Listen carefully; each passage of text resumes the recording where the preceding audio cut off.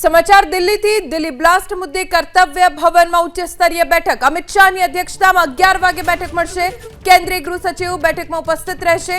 એનઆઈએના DG Delhi police commissioner રહેશે બેઠકમાં હાજર। જમ્મુ કાશ્મીર પોલીસના ડીજી બેઠકમાં ઓનલાઈન જોડાશે। આઈબીના ડાયરેક્ટર પણ બેઠકમાં હાજર રહેશે। દિલ્હી બ્લાસ્ટ મુદ્દે થયેલી તપાસની બેઠકમાં સમીક્ષા થશે। साझा करेगी। लेकिन इस समय की जो बड़ी बात है कि 3 लोग पुलिस की हिरासत में हैं, उनसे पूछताछ हो रही है, जबकि कुयल के डॉक्टर मोहम्मद जो उमर है उसका नाम सामने आ रहा है कि हो सकता है कि गाड़ी जो है वो खुद ही चला रहा था जो उसने दिल्ली से खरीदी थी। अपर्णा, और इसी बीच जो आमिर और तारिक के परिवार की ओर से आसिफ कहा जा रहा था कि वो गाड़ी HR नंबर की उनके पास कभी थी ही नहीं, उनकी गाड़ी उनके घर पर ही खड़ी है। बिल्कुल, देखिए हम सांबुरा में उनके परिवार से मिले, उनके रिश्तेदारों से बात की और उन्होंने स्पष्टता से कहा कि दोनों आमिर और उमर घर पे ही मौजूद थे और कल रात तकरीबन 10 और 11 बजे के बीच में जम्मू कश्मीर पुलिस आई और उनको अपने साथ लेके गई और उनसे सभी इलेक्ट्रॉनिक गैजेट्स भी परिवार से लिए गए और उनको साथ ले गए। और परिवार का साफ कहना है कि आमिर और उमर कभी भी दिल्ली नहीं गए हैं और दोनों ही यहीं पे कश्मीर में काम कर रहे थे और जम्मू कश्मीर पुलिस के पास उनका कोई भी आपराधिक रिकॉर्ड या आतंकी रिकॉर्ड नहीं है। और इस बात की पुष्टि तो जम्मू कश्मीर पुलिस के सूत्र भी कर रहे हैं। लेकिन जिस तरीके से इन दोनों भाइयों का नाम सामने आया था, पुलिस ने उनको हिरासत में लिया है, जबकि तीसरे व्यक्ति जो कि कुयल का रहने वाला है तारिक अहमद, उसको भी पुलिस ने हिरासत में लिया है और उससे भी पूछताछ हो रही है।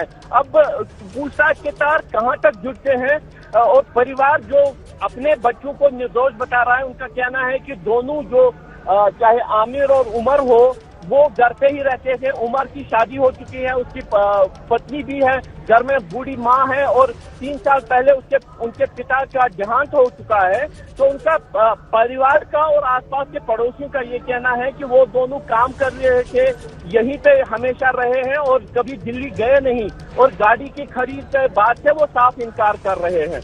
आसिफ, और इसी बीच एक जानकारी ये भी मिल रही है सूत्रों के हवाले से कि जैश ए मोहम्मद से जुड़ा हुआ है डॉक्टर उमर मोहम्मद, इसके बारे में क्या जानकारी है आपके पास?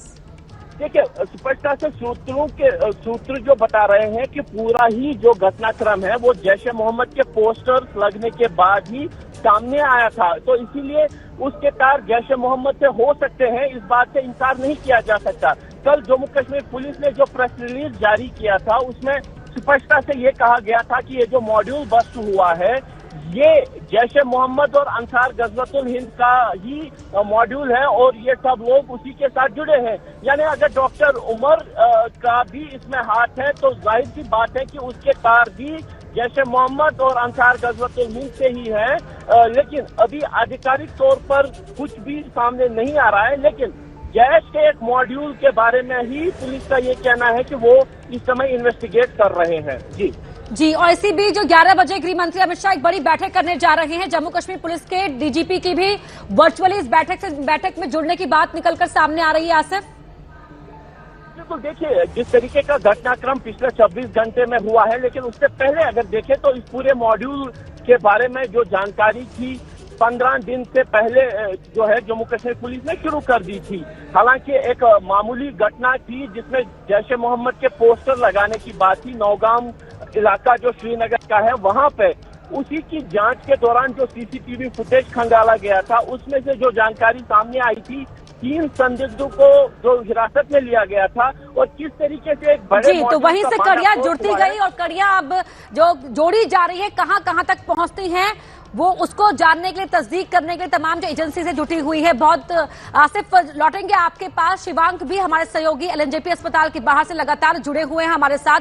शिवांक, अभी जो 9 लोग जिनकी इस हादसे में, इस धमाके में जान गई, उनकी शिनाख्त को लेकर क्या जानकारी है और जो घायल हैं उनको लेकर क्या अपडेट?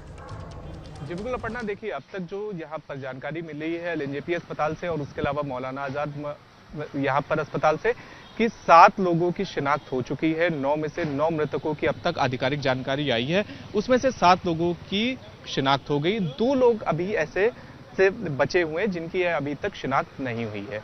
तो उनको लेकर उनके जो परिजन आए हैं उनके डीएनए सैंपल कलेक्ट कर लिए गए थे सुबह 7:30 बजे के आसपास। अब जैसे डीएनए सैंपल्स के रिजल्ट आएंगे उसके बाद उनकी शिनाख्त करके शवों को परिजनों को के हवाले कर दिया जाएगा। तस्वीरों में भी आपको यहाँ पर दिखाते हैं हम लोग जरा। यहाँ पर ये आप देखिए कि किस तरह से मोर्चरी के बाहर आप देखिएगा कि जो परिजन हैं वो बाहर ही लगातार मौजूद हैं और लगातार अपने जो उनके मृतक हैं उनकी डीएनए सैंपलिंग करवाने के बाद वो इंतजार कर रहे हैं कि एक बार निष्कर्ष आ जाए, रिजल्ट आ जाए और उसके बाद वो शवों को लेकर अपने घर जाए। तो देखिए ये इस वक्त स्थिति है कि 9:30 बज चुके हैं, लेकिन अभी तक 2 ऐसे शव हैं जिनकी अब तक शिनाख्त नहीं हो पाई। और उसमें भी सबसे अहम ये है कि जो शव बिल्कुल शत विकसित मिला था, जिसमें खाली बॉडी का एक छोटा सा ही पार्ट मिला था, उसकी अभी तक ना ही पहचान हुई है और ना ही उसका कोई भी परिजन आया है।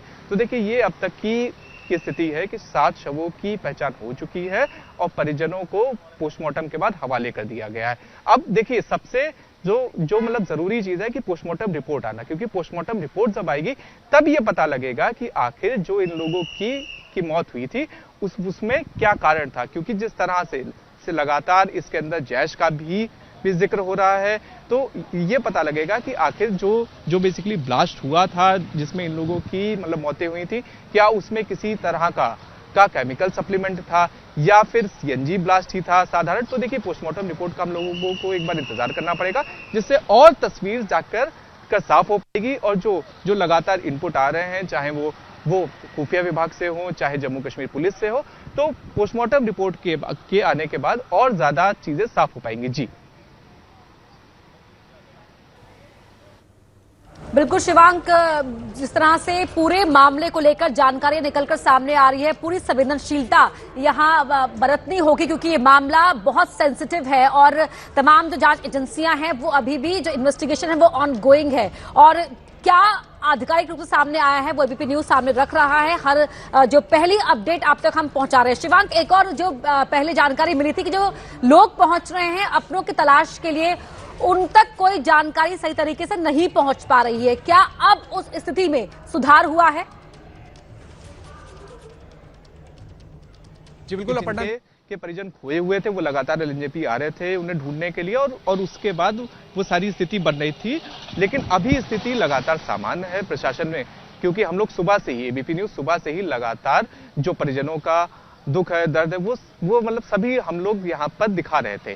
तो उसके बाद प्रशासन ने भी इस चीज की सुध ली और उसके अलावा जिनके परिजन घायल थे या फिर खो गए थे, तो उन्हें एलएनजेपी प्रशासन लेकर गया। वहां पर जितने घायल थे उनसे मिलवाया, तस्वीरें दिखवाई और शिनाख्त करवाई। तो अभी देखिए जानकारी यही है कि बस 2 परिजन ऐसे हैं जो अभी भी यहाँ पर मौके पर मौजूद है और अपने परिजनों को खोज रहे हैं। जी, अपने परिजनों को खोज रहे हैं। जी, तो 9 लोगों की इस धमाके में मौत हुई थी, 7 शवों की शिनाख्त हो चुकी है और अभी 2 शव ऐसे हैं जिनकी शिनाख्त नहीं हो पाई है। और वजह क्या शिवांक, यही है क्योंकि जिस तरह धमाका हुआ, जितना इम्पैक्टफुल था ये धमाका, उसकी वजह से शव इस हालत में नहीं थे या बहुत चैलेंजिंग हो गया उनकी शिनाख्त कर पाना।